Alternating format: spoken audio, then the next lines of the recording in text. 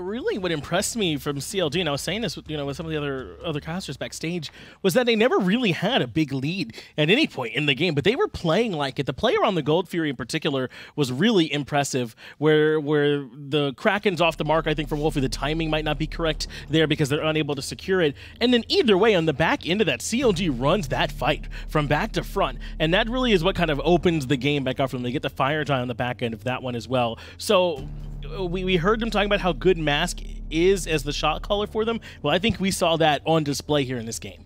I think so, and I cannot imagine that Rival's going to give this Erlong Shen back over to Mask for how well he performed in that game, and I think this is going to be kind of going back to the drawing board here for Rival to see exactly what they want to go up against the CLG composition. I don't think it's going to be the Erlang, though, that Rival looked to strip away. If anything, it felt like the Nox was the real star of the show here. Had it not been for Hurriwind preventing so much damage from taking place out of Rival's composition, I honestly feel like CLG would have wiped more than once underneath those structures when they were attempting to siege later on. And Rival, I wouldn't put it past Wlfy to just take Nox for himself.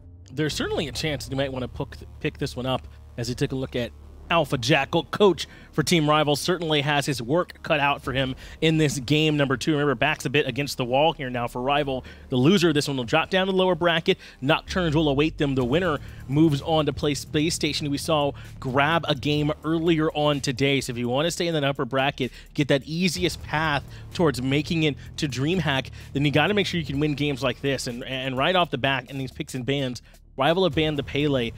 This is their chance to see if they want to make any adjustments to the actual comp they went against last game.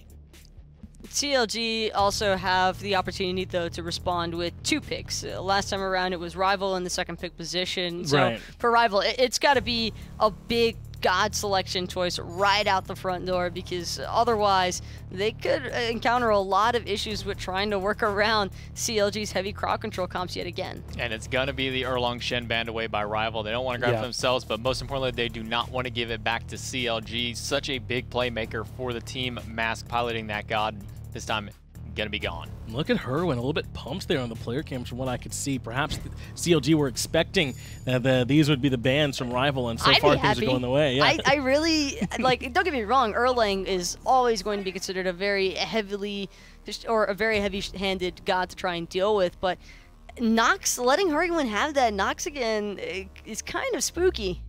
Especially in the dark, where Nox likes to operate. Taco, try to follow along with you on that one. We'll see if anyone appreciates it. But Mercury going to be the first pick selection for Team Rival. Nothing wrong with this one. Give it over to iceice. And can we talk a little bit about the Bakasura? Because iceice had the positioning, the timings correct a lot of the times, but he had Aegises to chew through, the safety from these Chernobyls, and even when he was hitting, there was not a lot of damage coming out, Taco.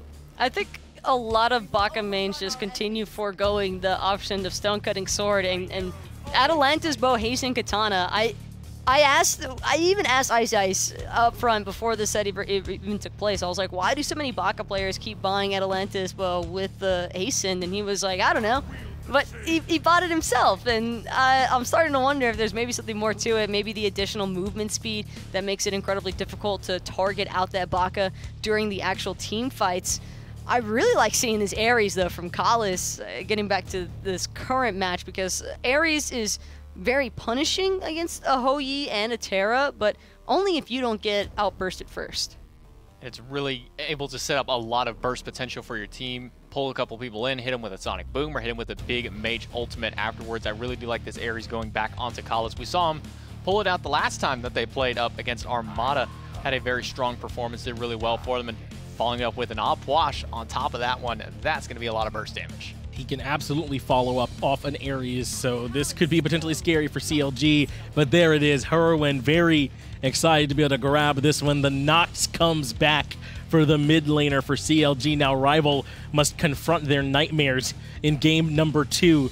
They already have the Ares here, who's going to have a decent matchup into the Terra and the Hou Yi, but how are they going to deal with this, with the silence, with the damage reduction? I mean, this Nox pick from Hurriwind is a real problem. Kill or be killed is the mentality right now for Rival. They're not looking for turnarounds in these team fighting engagements. They just want to start the fight and end it as quickly as it began. Mercury, Ares, Outwash, 3 excellent gods in terms of damage. So I would like to see a little bit more peel coming into play here. I don't expect Deathwalker to want to run back the Baron in that solo lane. I think that he kind of struggled with finding a way to be as impactful during those mid to late game team fights in game 1. So perhaps he might want to opt for a god that he can have or match the rotational speed from fineokay. And not only that, once it got to the late game, because he'd fallen so far behind, he just didn't have the natural tankiness that another Guardian or even a Warrior would have up against it. And I mean, we saw just how many shots that fineokay was able to tank through that Bakasura with 4 or 5 items online. It felt like he just tickled him at that point, but we're seeing Chang'e and Jingwei banned away here by CLG, and the Robin ban. I think it's the first time that we've seen Robin's face. A little bit surprised, right? We haven't seen as much Robin. He's fallen a bit out of favor. The overhead kick remains a very strong ability, so if you ever want to get that one out of there, then there's no problem with that and try and limit some of the dive potential, as Ne Zha gets banned as well by Rival. Some eyes being paid towards the jungle. Especially the jungle with Mask there. Yeah, with Mask in the jungle role, Circuit is still on the board. Circuit can have a kind of a favorable matchup into the Mercury just because that taunt can be so annoying for him to deal with, but I don't know too much about Circuit into Ares, specifically Colossus Ares, that might make that a little bit too dangerous to really want to mess with it. I think CLG would much rather hold on to their jungler pick until they fully know what Rival's got up their sleeves here, and I like that they go for the Athena. I like the Athena, not just because it's Athena and it's a very strong support, but it also prevents the possibility of the Ares-Athena combo that we've seen Rival pull off before, allowing that Ares to possibly be a solo lane matchup. I just think the Athena is a strong takeaway in case they were looking to go for Ares Walker.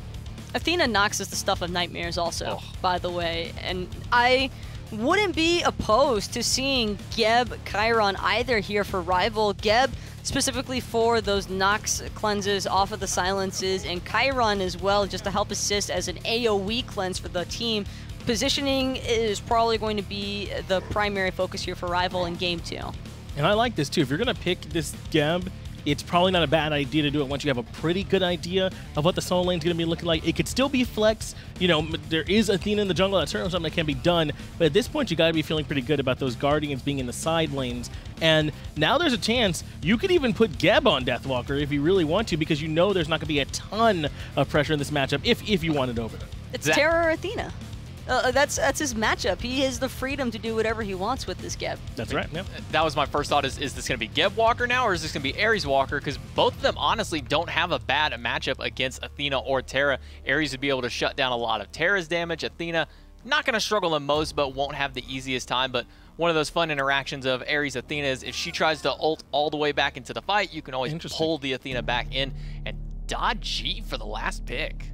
Donji is a little bit of a risky pick into the Chiron here. This is kind of an old interaction. Yeah, it's just, there's so much cleanse on the side of Rival that I think CLG are maybe hoping to just bamboozle Rival with their pick strategy, because this is catering a little bit more towards individual picks if you're CLG. And I actually really like that you brought up the Ares Walker factor, because the only reason why I think I might not be completely sold on Ares Walker is simply because of the fact that whenever Rival runs Ares in the solo lane, it's with the Athena next to it, so that way they have that guaranteed clear. Kala's could maybe still have that same sort of impact on the Geb, but I feel like it might be a little bit more risky. Either way, it seems like right now CLG kind of doubling down on those control factors, right? Even in the face of so much cleanse. That's why I was a little bit surprised in the Dodgy lockdown. But now, with the questioning kind of poses is like, is it enough? I mean, is it enough for a Nox, for Athena, for Dodgy? Terra is out there too, even with the Geb and the Chiron and Beads. I mean, can they get away from all this control? It is a ton that CLG has drafted. And Taco, I mean, would you have expected this? CLG have Rival with their backs against the wall. Before we go into the game, I mean, just real quick from both of you, are we going to a Game 3, or can CLG close it out here? I find it hard to believe Rival would go down in 2-0 fashion. I want to say we're seeing a Game 3. I can't say that Rival's going to go out 2-0 on this one either. I would love to see a Game 3 here, but CLG's roster, they do look very strong, but the double cleanse on the side of Rival is making me think that this is 3. Well, let's see how it ends up working on the Battlegrounds of the Gods. Rival up against CLG. Game number 2. Let's get it back over to the casters for the action.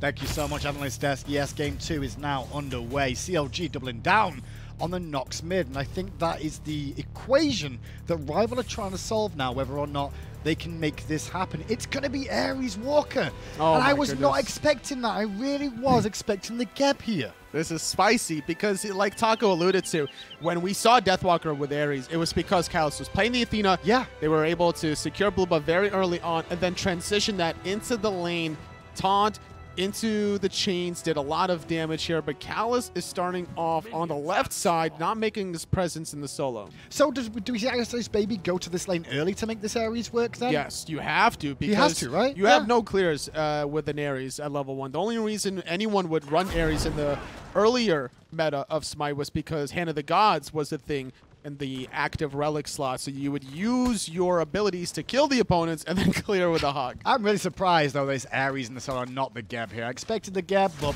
c'est la vie. Let's see how it works out here. Early pressure for Chiron and Geb in that lane. Seems that Hou Yi and Jigz didn't want to get involved in that fight whatsoever, just started their own buffs instead. Here comes iceice as Deathwalker actually pushed the lane out. fineokay. Did he start his own camp? Is that what happened there? No. No, fineokay, what he's doing is he actually delayed and body blocked the minions. What you could do in the dual lane, as a support, you could do the same thing in the solo lane, and that allows him to share the blue buff experience while the minions are just killing each other outside his tower. Yeah, but the problem is now is that Ares just gets to sit here and farm. He doesn't have to last hit these at all. He's got Guardian's Blessing.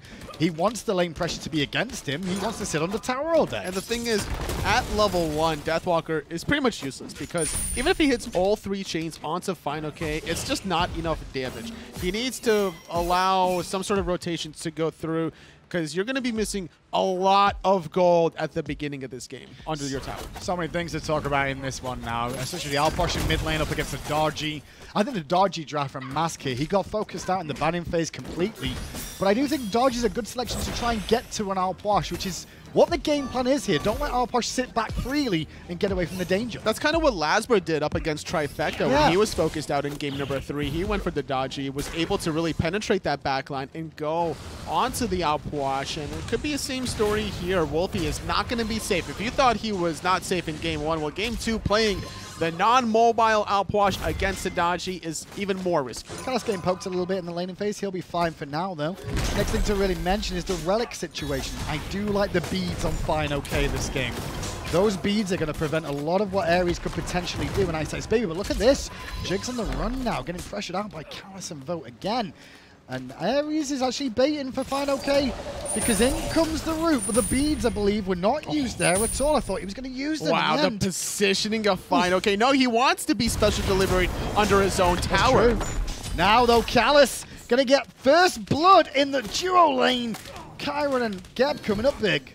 I think Callus was looking at his boat there, saying sorry for stealing that first blood. Me too. But hey, at the end of the day, if you're going to kill out Snoopy, more farm going to Vote. And you did mention it as well, the special delivery. You don't get thrown if you've got your walls down because, you know, you're knock up immune, just like a Terra is. Whether or not that was the case, it was more about just being under your own tower radius, so those tower shots, the duration of special delivery, guarantees 2 tower hits. A level 3 Mercury, not the highest of health bars. Oh no. But iceice survives, which is the main thing there.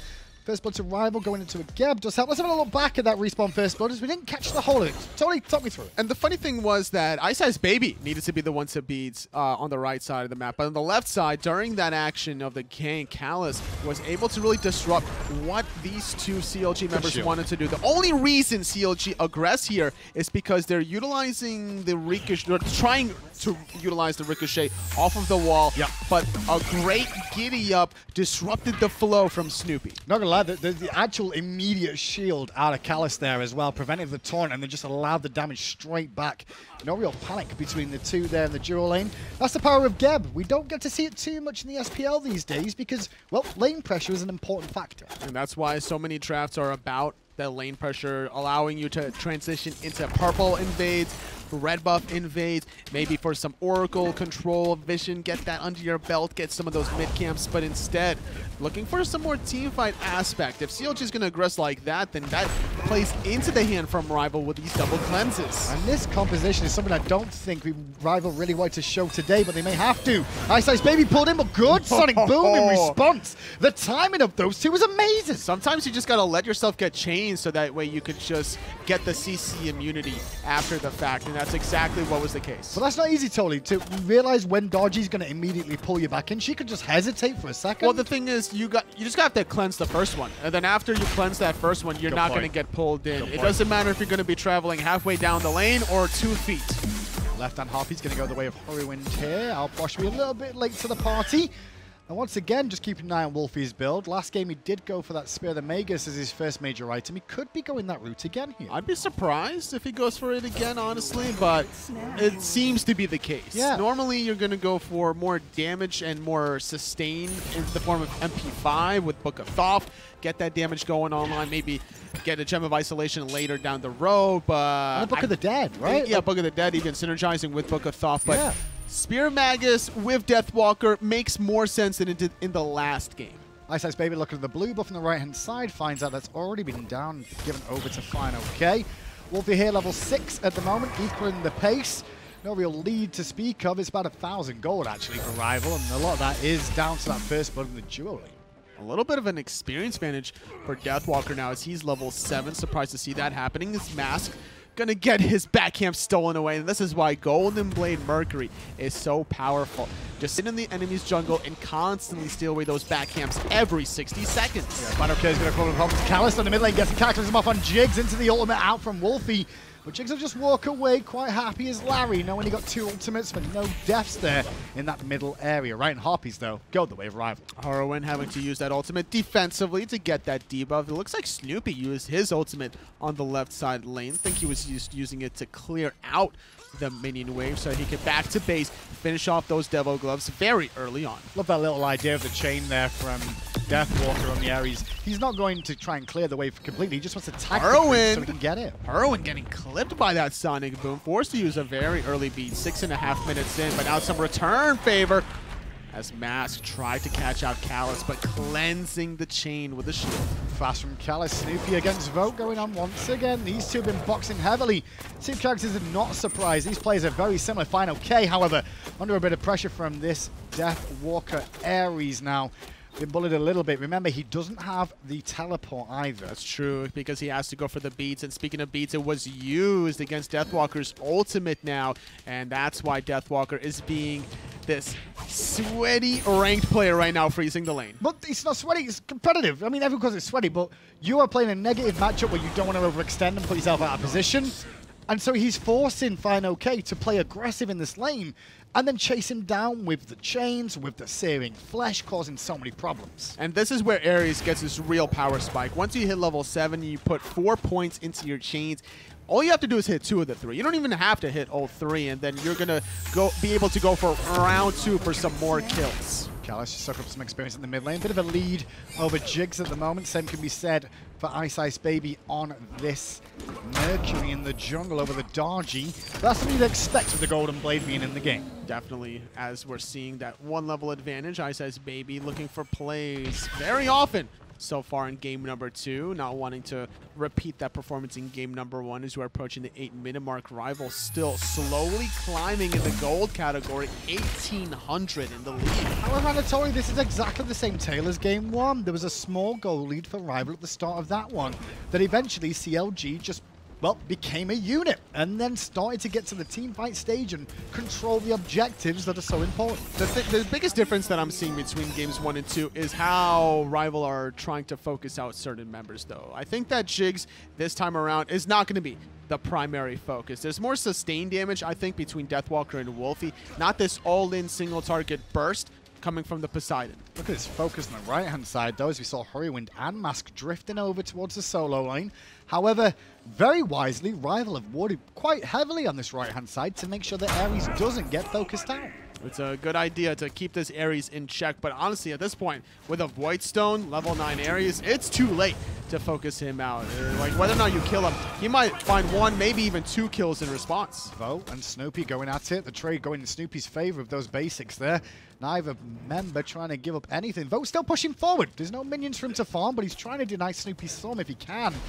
Won't be the case, however. Snoopy just holds his own, and Devourer's Gauntlet sustain him back up. Absolutely, and Vote has that second life if he can execute with the Centaur's ultimate there, getting 3 shots, giving yourself CC immunity. So even if Snoopy confirms the Ricochet stun and looks for a dive bomb, in between the Ricochet and the dive bomb, Vote's going to go into the Centaurus, and with Snoopy being a little bit low, there is some revive factor. fineokay under a bit of pressure from iceicebaby, but just uses the wall away. As the same can be said for Vote, who just uses it getting quickly there to get away from Jigz coming towards this lane. Both hunters at level 10 so far. Mask relatively quiet at the moment. Is that to be expected?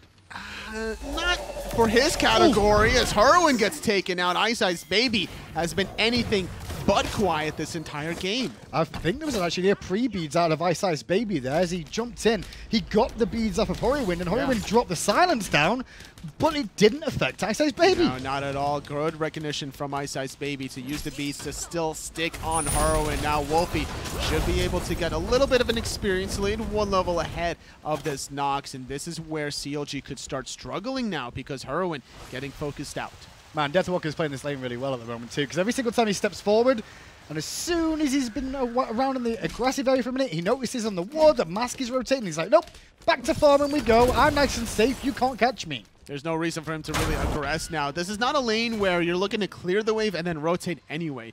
You're looking for a kill, or at least bullying out potential. With fineokay not having teleport, Sonic boom. Every time you could force out the beats here like this, you can go for round 2 in the next 90 seconds and then look for a kill, or maybe bully him out, bully fineokay to the point where he has to walk back to the lane and miss out on 1 entire wave of gold and experience. Really interesting there, because that no escape, I actually thought iceicebaby had communicated with Deathwalker and they were going for a play.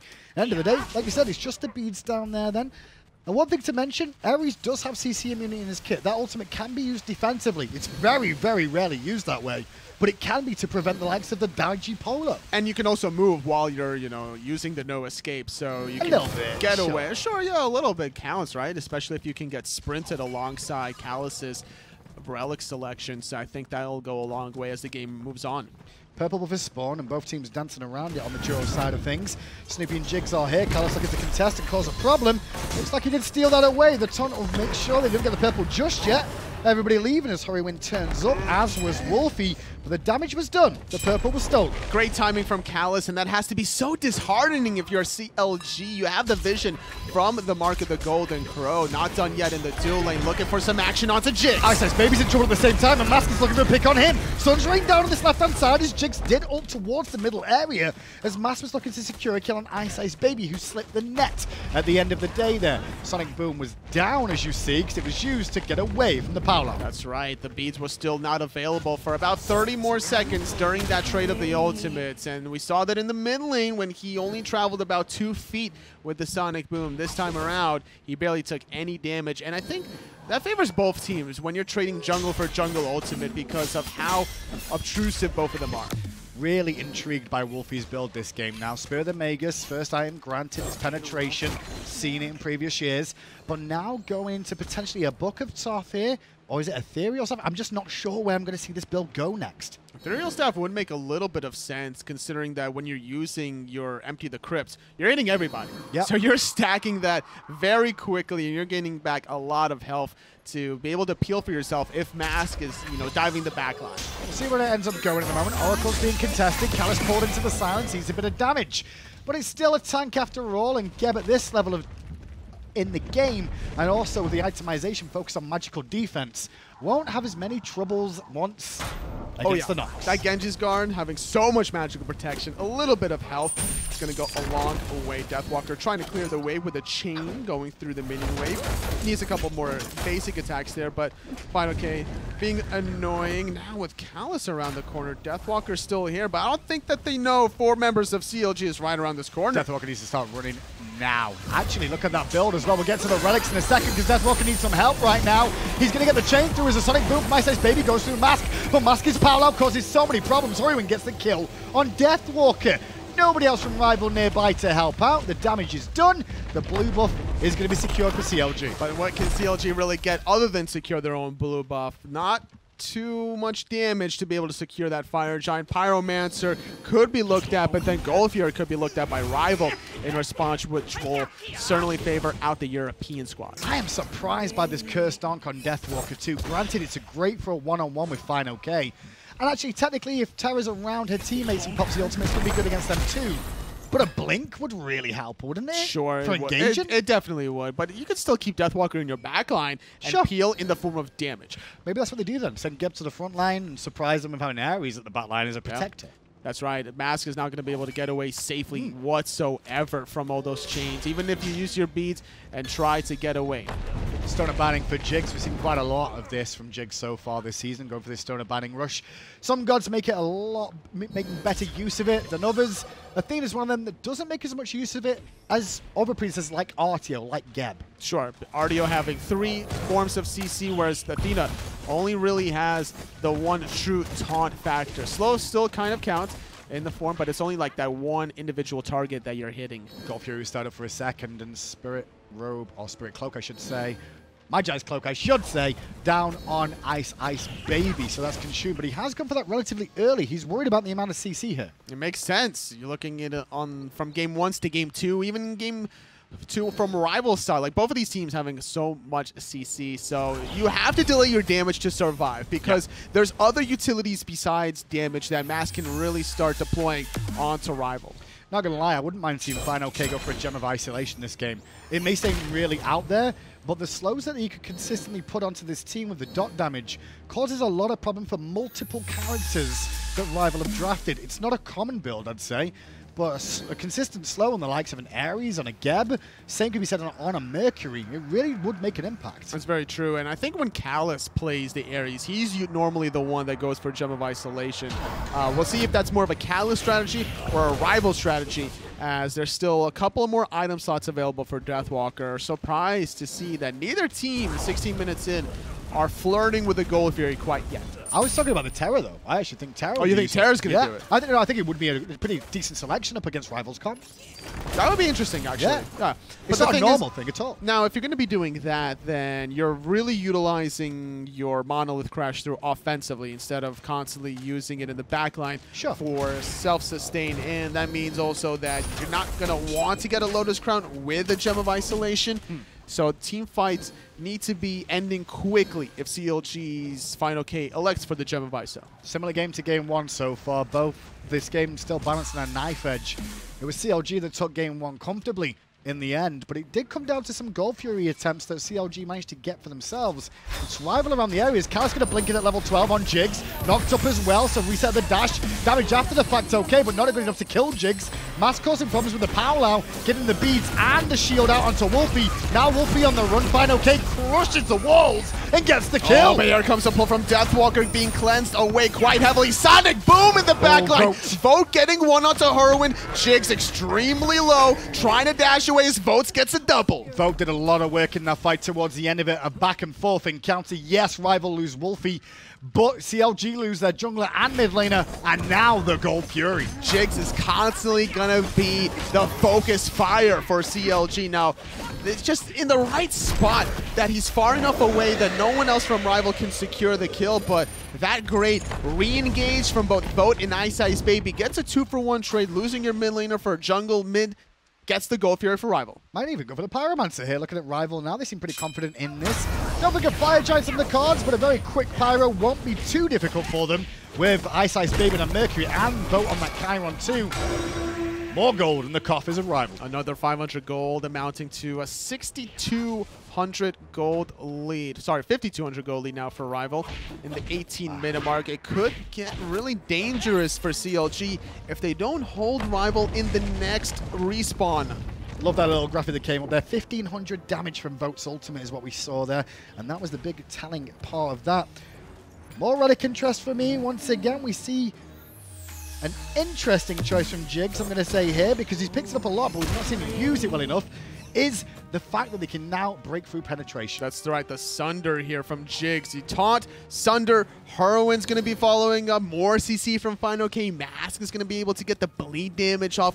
But normally, Jigz is the one getting focus fired, so going to be tricky to see how he uses it. But Tony's good against tanks, right? Against Geb and Ares, that's where this will really make an impact. Amplifying the damage, never a bad thing against such a resilient target as Callus. Snoopy in a bit of a trap, he doesn't know it yet. He will now, as in comes iceicebaby to set up the damage. Snoopy using the best escape possible over the wall, and in comes Jigz to support him. iceicebaby still here as he blinks over the wall, with the punches to the face. Ricochet was on the mark, but didn't do enough damage. Now Hurriwind's here, and Mask too. iceicebaby goes down in trade for Snoopy. Callus shows up, little too late. Just not having the range to get the Geb shield off. I think he even tried to blink to get closer, but still, iceicebaby knew he was dead to rights. He didn't have special delivery. I believe a Sonic Boom not available as well. fineokay gonna get pulled in, uses the Earth and Fury, healing it all back up, should be a-okay. Well, ult for ult trade there definitely limits what both those two Guardians will be able to do in the next couple of team fights, at least for the next minute or so. And it's a bit of a damage check for both to see how they're swinging against each other too, because the rest of the fight was kind of a wash elsewhere on the map. Yeah, fineokay is not winning that 1v1 anytime soon, any longer. Sure, maybe at level 2 and 3 you could, but Deathwalker, once he hits level 7, it's just a complete table turner after that, and Jigz gonna cross the street, avoiding some zombies along the way. We mentioned the 6k lead. I just want to see the experience difference now between these two teams, because it looks a little bit backwards and forwards. A couple of members ahead for Rival, specifically Solo and Jungle. Support, different story. Jigz a little bit ahead of that of Callus at the moment. Well, Jigz always getting focus fired, and surprised to see that experience difference, knowing how many times he did have to bag in this space, but he's definitely been sharing quite a bit, and effectively rather as well. So he's trying to rush probably what might be a Merguardian male, trying to limit some of this attack speed coming from iceicebaby. It is Rival setting the pace of this game, though. Callus and Ice specifically are the ones initiating these fights wherever possible. Small window of opportunity opened up for Rival in the mid lane there, so they'll bring down that tier 1 tower at the moment. CLG seem to have slowed the pace themselves. They've slowed it down, realizing that, well, they've lost the last couple of engagements and they're not feeling too confident at the moment. Which is why Snoopy is split pushing on the left-hand side. Gonna enter it with the archers, but over the ward, iceicebaby gets spotted out. Snoopy just gonna back instantly.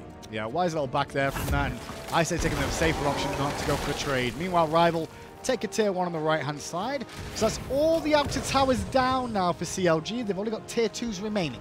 Still a lot of gold available for Rival. For that 4,500 gold, CLG have to go through 5 towers to make the Titan a little bit more vulnerable. Hurriwind getting a Spirit of the Magus in his own right, and it is going to be a Soul Reaver for Wlfy. Then a Shaman's Ring. And I like the Shaman's Ring because it's very easy to stack. Sure. And it gives you mobility too. Sure. And where you're playing the Puch, you need any kind of extra mobility you can get. No gap closing abilities, no self-steroids. You only have your own kind of slow for peel. The only thing difference is that, though, is Wlfy's going to be able to use the amplification of the Shaman's Ring on his next abilities. That's where the strength of the Shaman Ring comes from, is the debuff it applies to your opposition, and then follow-up damage is what you're after. So one corpus explosion into empty the crypts going to cause a lot of problems. Yeah, or just, you know, hitting members with the corpses and initially will proc that 10% damage amplification, and then the corpse explosion will just get amplified. And then, yeah, don't forget, those empty the crypts. Meanwhile, Terra is definitely the focal point of this game so far, and fineokay so far has survived the laning phase. But every time you kind of look at what Rival have drafted here, Puch causes a lot of problems for a Terra anyway, with the sustain that she can bring and the dot stun that Puch has, and also the damage that you'll take just by running towards the enemy team. I'm wondering to myself if fineokay may play a little bit more backline this game than trying to be an engager. It's possible, because same could be said for Deathwalker, right? He's not going to be the engager anytime soon without the blink. Blink in from iceicebaby to the back of Mask, and Mask exits a crit. Meanwhile, Gold Fury goes down to Rival at the same time as this. Jigz getting very low thanks to the snipes coming out from both. Jigz one hit from Death to Chains, and a bit of dot damage over the wall from Wlfy secures the kill on the runner CLG. Now they're being run down like dogs, and iceicebaby's there to make sure Wlfy gets himself a triple kill. And they're not done yet, because iceicebaby's wrapping around Mask very low, going to walk back into the safety of his Phoenix, losing the Gold Fury, losing 3 members. Rival are looking for the Fire Giants. Well, it seems that Death may have been right. Taco has mentioned it on the analyst desk, saying she doesn't expect Rival to go down 2-0.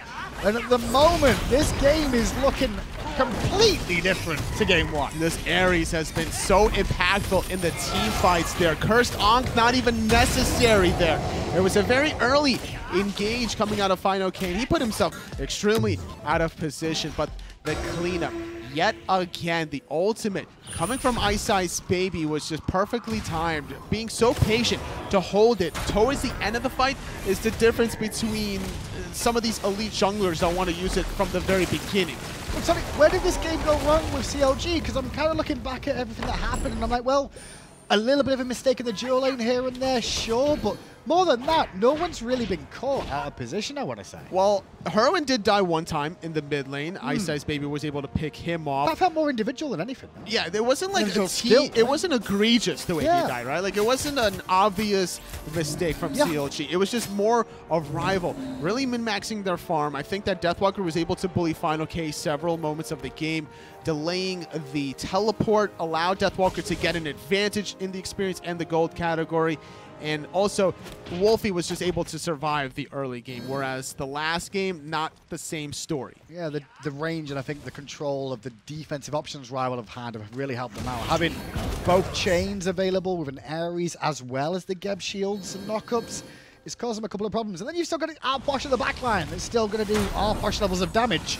But talk about levels of damage. This Chiron is popping off today. Oh, yeah. I was about to mention, VOD is having a pretty good game. That one team fight where we saw he did about 1,500 damage was because everyone was just lined up on the left side mid-Harpy wall. And that Centaurus is so powerful with how much physical power VOD currently has. This is actually the best I've ever seen VOD play. And that's no discredit to him. It's just I've seen him play time and time again. And this is the one where he's really stepping up even bigger than before for me. This event, he's looking great so far.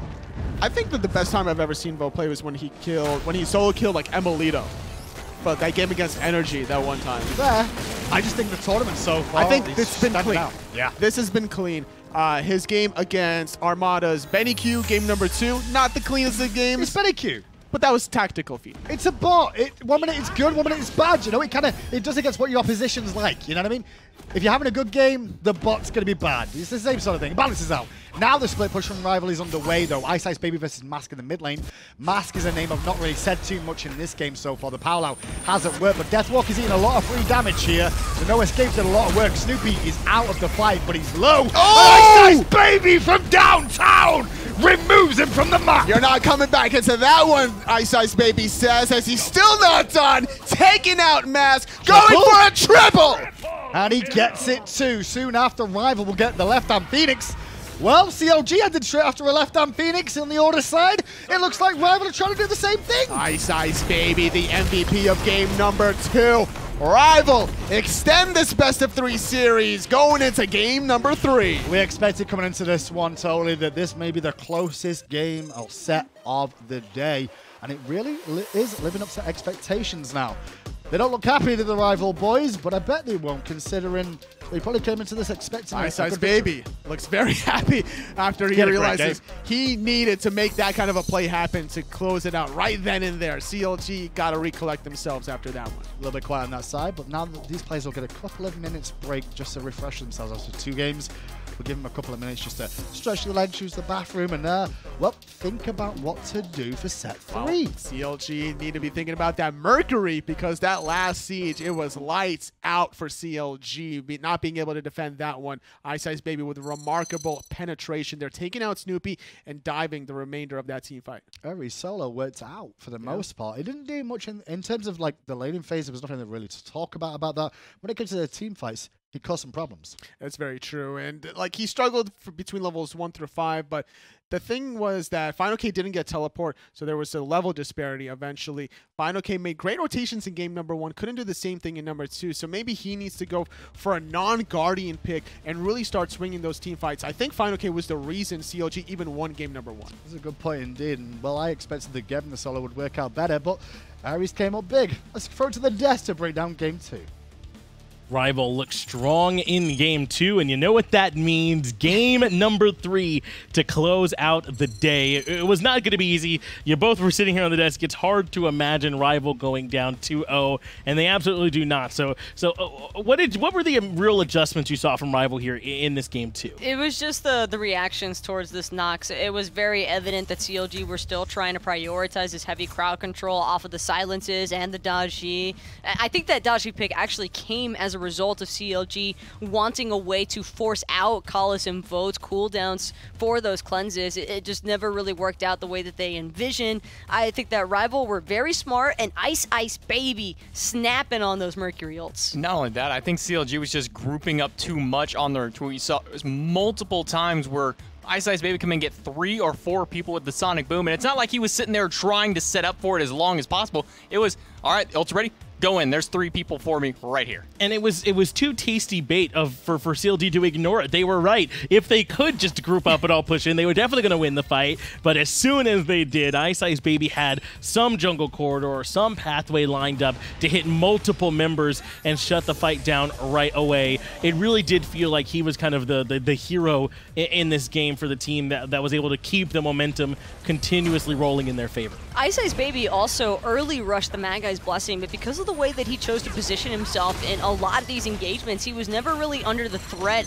of having that bubble cleansed by Hurriwind. I think that he did a great job watching his spacing and just allowing Kalis and Deathwalker to be the real initiators here. That way he could just follow up with this really huge Sonic Boom, and at the end even, I believe that was a game-winning ultimate when he was able to find the Sonic Boom that hit Snoopy all the way in the back.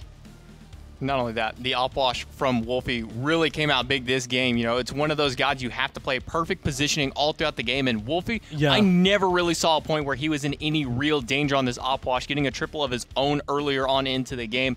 Big ultimates coming up in those fights. And one thing I wanted to point out was the Shaman's Ring that got highlighted. Not very often picked up, but with opwash works so well with this kit.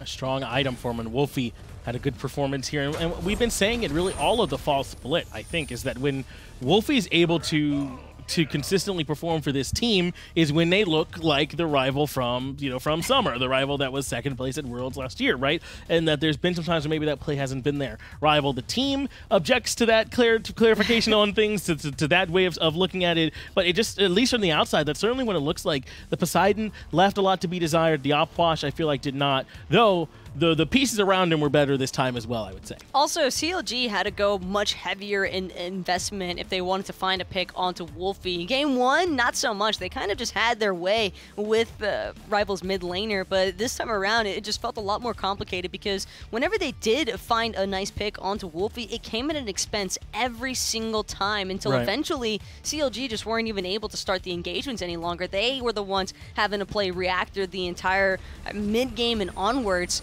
against Rival.